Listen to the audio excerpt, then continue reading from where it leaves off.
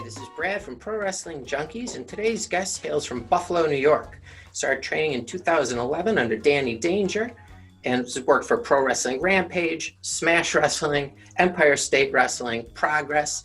2019, he worked 2 matches for Impact, and in 2018, worked a match for SmackDown Live versus Andrade.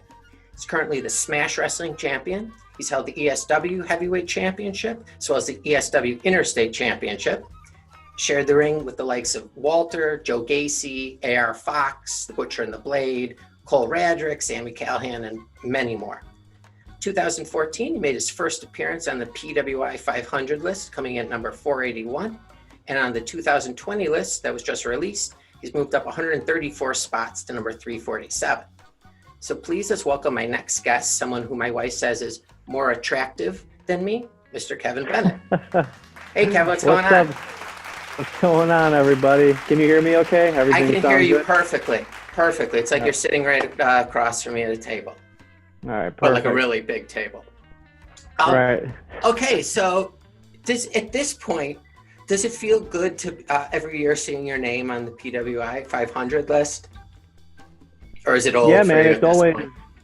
Yeah, no, it's always one of those really cool things that you get to experience. And I've been on it like quite a few times now, so just to see the consistency, every year, it makes me feel pretty good. Yeah, it's like you have something that's measuring you every year, so that's pretty good. Do you exactly, yeah. Do you immediately look to see who's behind you on the list? I mean, I think everybody kind of, does that in a way, like, just to see where everybody's at. I know everybody has their opinions about the list, but, deep down, everybody wants to know, like, who is where on the list, Yeah, yeah. Well, yeah, of course, I always check it out. There's billions of people on the planet, and you're one of 500 greatest at what you do, so that's pretty cool. Yeah, definitely. Yeah, that's definitely a pretty decent accomplishment, It's like Sure. Pro Wrestling Illustrated is a big deal, It's a big magazine. It's been around forever. Right. It's like the Time magazine of wrestling. Mm-hmm. Yeah. Are you a rapper as well? Yes. Okay. When did that start? I would say that started about the time that I became a fan of pro wrestling, which was a very young age, like 7 or 8 years old. Sure. But, actually like kind of started pursuing or like, trying to make music and songs at like 10 years old. Oh, wow. So, I've always just had a love for music as well. So, it ties in with wrestling too, obviously, just because of the entertainment aspect. But yeah, like I've loved just even the music part of wrestling, so like they just kind of went hand in hand. Yeah, it's like you're performing in both things. Exactly, yeah. So I've loved both, music and wrestling, at a very young age, and they're 2 of my passions to this day. So. Do you still watch wrestling? Yeah, I still watch wrestling. I mean, now I'm a little bit busier than, so I don't get to catch everything, but because like I'm a dad now too, so it's like I have to watch a 2-year-old.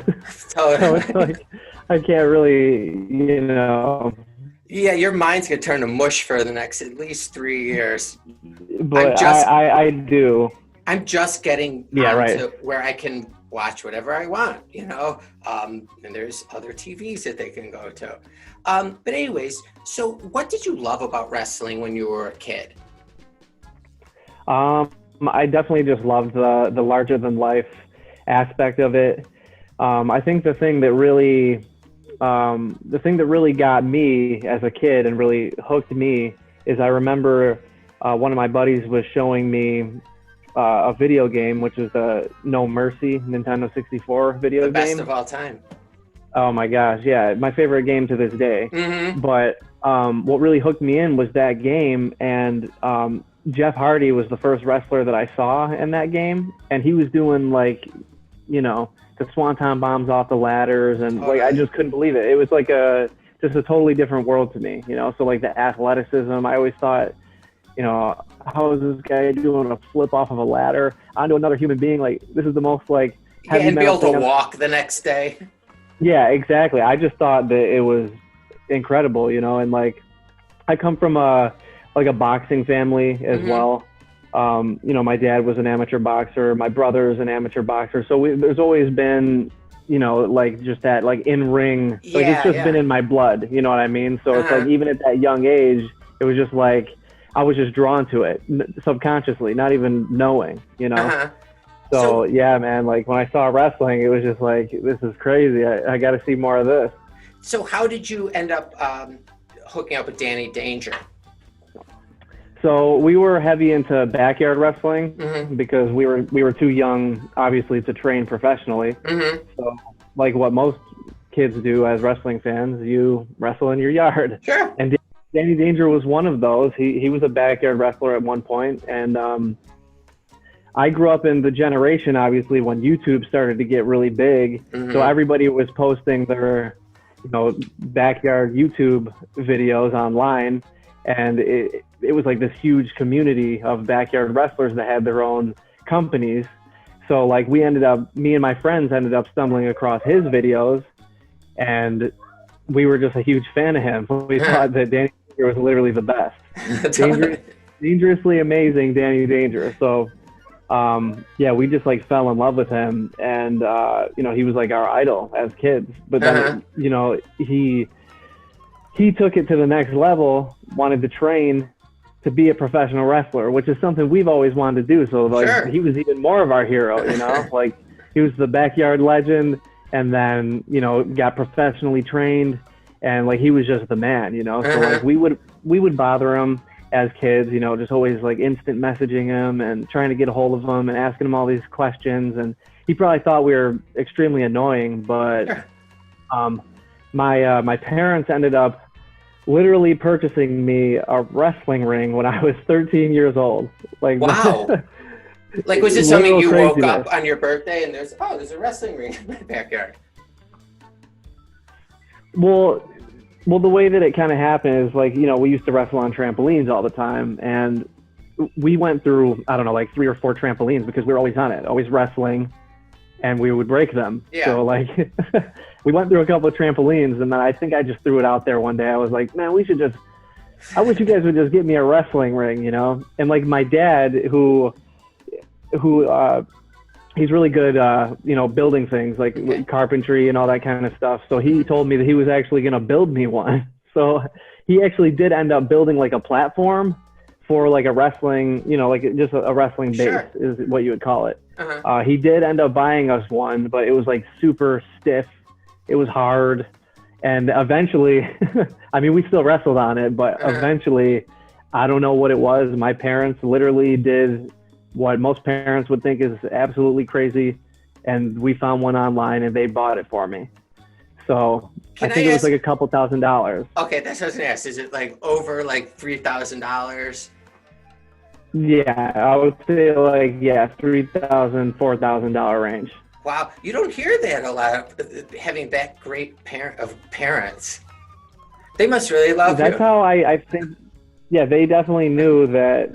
I mean, it's crazy to say, though. It's like, you know, I was like 13, like 12 or 13 years old, telling them I want to be this when I'm older. Yeah. You know, you'd think that, you know, just like any set of parents would be like, all right, he'll probably grow out of this when he hits like 16 or something. You know? But yeah, like, no, they literally got me a wrestling ring because they must have known deep down that I was going to stick with it, which I did, you know.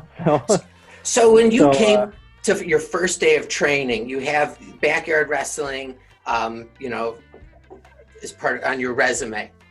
Was there a huge difference from what you thought you knew coming in to train for the first time then? Oh yeah, big time. Because yeah, the first, like, we'll say training session that I had was actually in that ring that my parents bought me. Wow. And that was because Danny Danger, literally, you know, the saint that this man was or is, he actually drove up from Easton, Pennsylvania, and so he literally drove up like 5.5 hours, came up, showed me and a whole bunch of my friends the basics, you know. So like, wow, how much time did he give you? That's kind of how we got started. What's that? Like, when he drove up, how much time did he give you guys? Oh, he was with us all day. Wow. Okay, so then it Yeah, went he from was there there. all day, but he drove back the same day too. So like Jeez. that's a lot of driving and a lot of Yeah. work that he put in just to help us. So was he So tough? Was he tough on you, like when it was like one on one or in the yeah, gym? actually, because yeah, the way that he was trained was like his trainer was really, I don't know. I'd like to say he was kind of like a hard ass because it definitely translated over to him, and he was like, you have to respect this business type of guy. So Okay. like if you don't respect this business, you get the hell out type of thing. And like Uh-huh. he scared us. I'm not gonna lie. He literally scared the shit out of us, and made us really respect and appreciate every ounce of knowledge that we got from wrestling. Uh-huh. So yeah, it was great. It was like he was like the lieutenant. And so does he send you up? Does he say to you, listen, you're ready for your first match? Like, is there like, are you just Yeah, waiting like for training for him to come one day say to you, I think you're ready to go? yeah. So I can't tell you how long that it took me for him to actually say like you were ready. I Uh-huh. knew that like he knew from the start, even like when he was showing us the basics and the roles and whatnot. I knew that he knew that I had something, that I was just like, it just came natural, I guess. So what he actually did, he helped me out a whole bunch. He literally wanted to be a tag team. So we had Oh, our first wow. match in New Jersey. Yeah, and my first match ever was teaming up with him against two guys in Did in New Jersey. did that take So, away a little of the pressure from like walking out to the ring by yourself for the first time? oh, I would say so. Yeah, definitely. Because yeah, I was 16 years old. That was my first ever match. How did you 16. feel physically after that? I was already, like really used to all the bumps that I've been taking in the yard and stuff. So it wasn't anything like over the top. Mm-hmm. But I do remember their ring, specifically this organization that we did work for. Sure. Their ring was one of the hardest rings that I've probably ever been in, and it was awful. It's like cement. Oh my God, it was brutal. Hey, let me ask you this. Is like cutting a promo or developing an entrance, is that part of your training or is that something you have to kind of do on your own? Um, yeah, I mean, I guess it depends on like where you go to train. For me, um, I mean, Danny was always really good at promos, so like he would always give me, critiques on things and whatnot. But then when my training carried over, to like with Empire State Wrestling Mm-hmm. here, we didn't really do too many promos and like character work and things like that. Unfortunately, we Mm-hmm. probably should have. Um, but yeah, I guess it just depends on where you go because there are a lot of places that really, really pump that into you with the whole character work and everything. And I believe it's a necessity in wrestling. You really Sure, should. yeah. It just so You know. differentiates everybody. Hmm. So, all right, I'm going to skip ahead a little bit. So, you worked some matches for Impact and SmackDown. Yeah. What was it like in the locker room? Like, And were at you with like Impact. the talent? Yeah. Yeah. So I guess it's different when it comes to like being at an Impact show or WWE. They Mm-hmm. just operate a lot differently. Mm-hmm. As far as Impact, Impact was more, I guess, like just the independent wrestling type of vibe. Okay. Um, uh, But yeah, it's more so. Well, at least from what I experienced, it was more like an independent show. Like something that I'm more used to. I guess yeah. it wasn't as hammering on time kind of thing. But I also haven't really done like Impact, like those their usual tapings. I Yeah, haven't yeah. like done any of their shows like that. Did you have to like adjust the way you wrestle, like specifically for the SmackDown live show and Impact? Just being in the ring with your opponent, is it different? SmackDown was a little bit different. Yeah, the way that they operate, they're much more strict. WWE is just so like, you got to do what we tell you type of thing, Yeah. you know? So that's why I think, you know, when everybody goes there, it's like, you know, like new talent, everybody's uptight, you know, everybody's just, you know, you don't want to do anything wrong. You don't want to step on any toes type of thing. But yeah, like literally even the in-ring work stuff, it's very precise because it's, you know, live national television. Yeah. Like everything's got to look good. It's TV programming. So, you know, and it's a crazy, like, what, $1 billion company. Like, Did you like the experience? It's crazy. So, like, was that a big deal for you when you yeah, found out? oh, I loved it.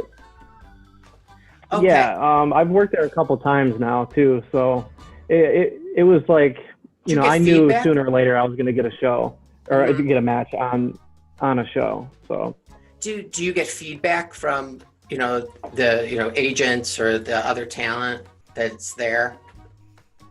Yeah, everybody really liked the way that I guess just the way that I moved in the ring. I don't know. I think that's like the way that I got my match on SmackDown, because we had, you know, a couple of tryout matches prior. So yeah, they just saw something in me that they needed for their product that night. So I was happy about that. Yeah, you're doing something right. Okay. Exactly. Yeah. Do you still love wrestling as much as you did when you were a kid? At this point, being in the business.